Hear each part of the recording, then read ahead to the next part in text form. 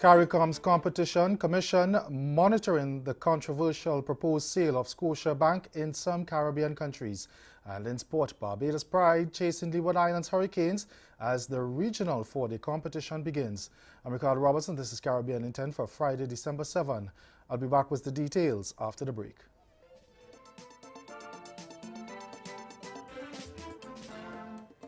On this special Christmas edition of Caribbean Passport, we take in the sights and sounds of Believe, the Christmas edition.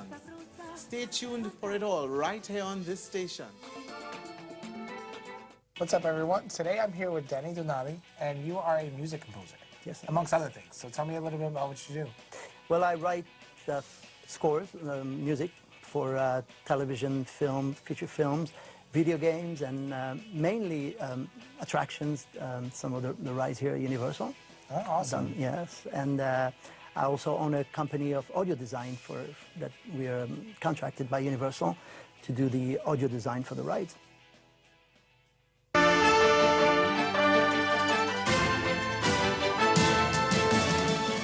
The Suriname-based CARICOM Competition Commission says it will assess the impact of the proposed acquisition of Scotiabank by Trinidad-based Republic Financial Holdings Limited. The banks being acquired are located in Guyana, St. Martin, Anguilla, Antigua and Barbuda, Dominica, Grenada, St. Kitts and Nevis, St. Lucia, and St. Vincent and the Grenadines. They're being purchased at a price of $123 million. Antigua and Barbuda and Guyana have already expressed reservations about the proposed sale, and St. John's has indicated it will not be issuing a vesting order to facilitate the move. The Competition Commission is mandated to promote and protect competition within CARICOM, and Chairman Justice Christopher Blackman says the body has taken note of the planned sale and any impact will be assessed in accordance with the revised Treaty of Chaguaramas. He said the Commission has noted the concerns of bank customers and governments across the region regarding the proposed acquisition. Justice Blackman also highlighted the need for strong national and regional competition rules and frameworks. At the end of the special CSME summit in Trinidad earlier this week, CARICOM leaders urged Caribbean-based companies to look outward and seek to acquire companies that operate on the international market. The leaders said it was important for the region to promote and develop an environment that would ensure the Caribbean is able to lure more investors into the Caribbean. In Guyana, attorney Dexter Todd is calling for more investigations into criminal activity by police. We get the details from HGP Nightly News. According to attorney-at-law Dexter Todd, lawyers who handled criminal matters in the courts in 2018 faced unnecessary challenges due to the pitiable quality of investigations done by the police, which he said is too prevalent. It's worrying. The investigation in Guyana is worrying.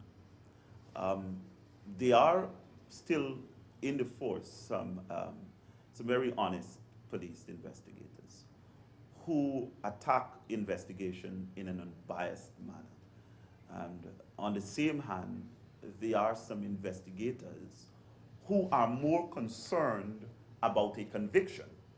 Todd further pointed out that the Office of the Director of Public Prosecutions is often wrongfully criticized for recommending charges.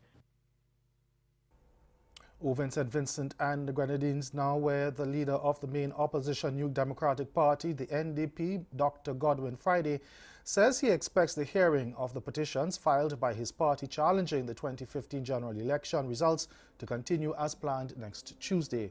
The judge recused herself from the matter after finding out that 12 cases had been sent down for her to preside over when the election petitions were scheduled for trial. But Friday told reporters that the matter has been set for December 11th, and that is the date the party is holding the court to. Anybody asked the question as to whether NDP is going to continue or whether NDP should just focus on elections coming up whenever? That is not a question for us. We have committed to the people of Central Leeward and North Windward, those two constituencies first, because those are the constituencies where the petitions arise, but also to the people, our supporters, and to the people of St. Vincent and the Grenadines, that we are going to insist that these matters are heard. It's been put to February 11th. That is the date that we are holding the court to. And, you know, the resources we are calling, I'm saying I'm not a party as such to the litigation because I'm not a petitioner. But as a leader of a political party, as a leader of the opposition, I have an interest in a public matter that deals with the election process. And I believe that it is time that we raise the tempo on this so that people outside of St. Vincent and the Grenadines begin to take note and say, what is going on there? How is it that 3 years in, we cannot have a trial of this matter and everybody is claiming that they are acting in good faith? It's simply not acceptable. And stay with us, your Midday Sport is next.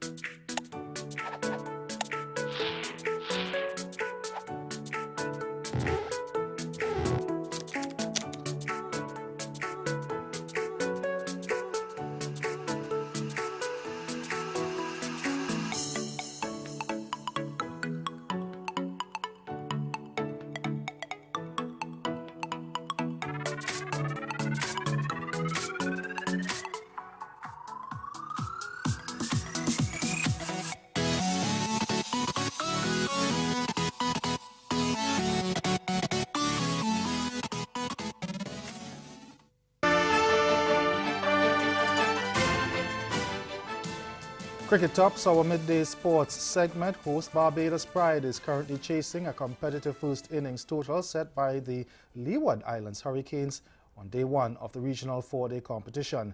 They ended on 12 on the opening day but were dominant in the first two sessions of play as Hayden Walsh Jr. rattled the Hurricanes' batting lineup, sending them packing on 252.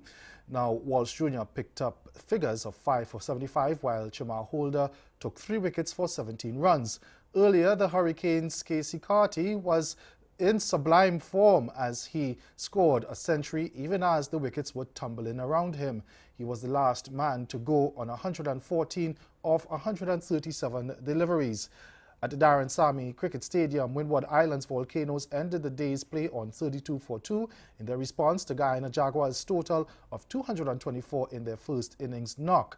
Vishal Singh was the top scorer with 75, while Romario Shepherd scored 44. The pick of the bowlers was spinner Shane Shillingford. He took 4 wickets for 59 runs, while DeLon Johnson had figures of 2 for 34. And 3 months after announcing his resignation as West Indies head coach, Stuart Law has been reflecting on his tenure. In an interview with CricBuzz, Law said one of his challenges was effecting a cultural change within the team. Now, at the time of his appointment, Law was given a mandate to improve the results of the West Indies, but he endured a difficult period with the team. Law succeeded Phil Simmons, who was sacked by West Indies administrators 2 years ago over differences in culture and strategic approach. The Australian pointed out there was a need to a cultural change that needed to take place. And he said the hardest thing to change is culture. Law acknowledged that the foundation in the Caribbean needed to be laid at the junior level, but some schools have stopped their cricket programs as they prioritize education over sport. That's Caribbean in 10. Join us again at 6:30 for Caribbean Newsline. Good afternoon.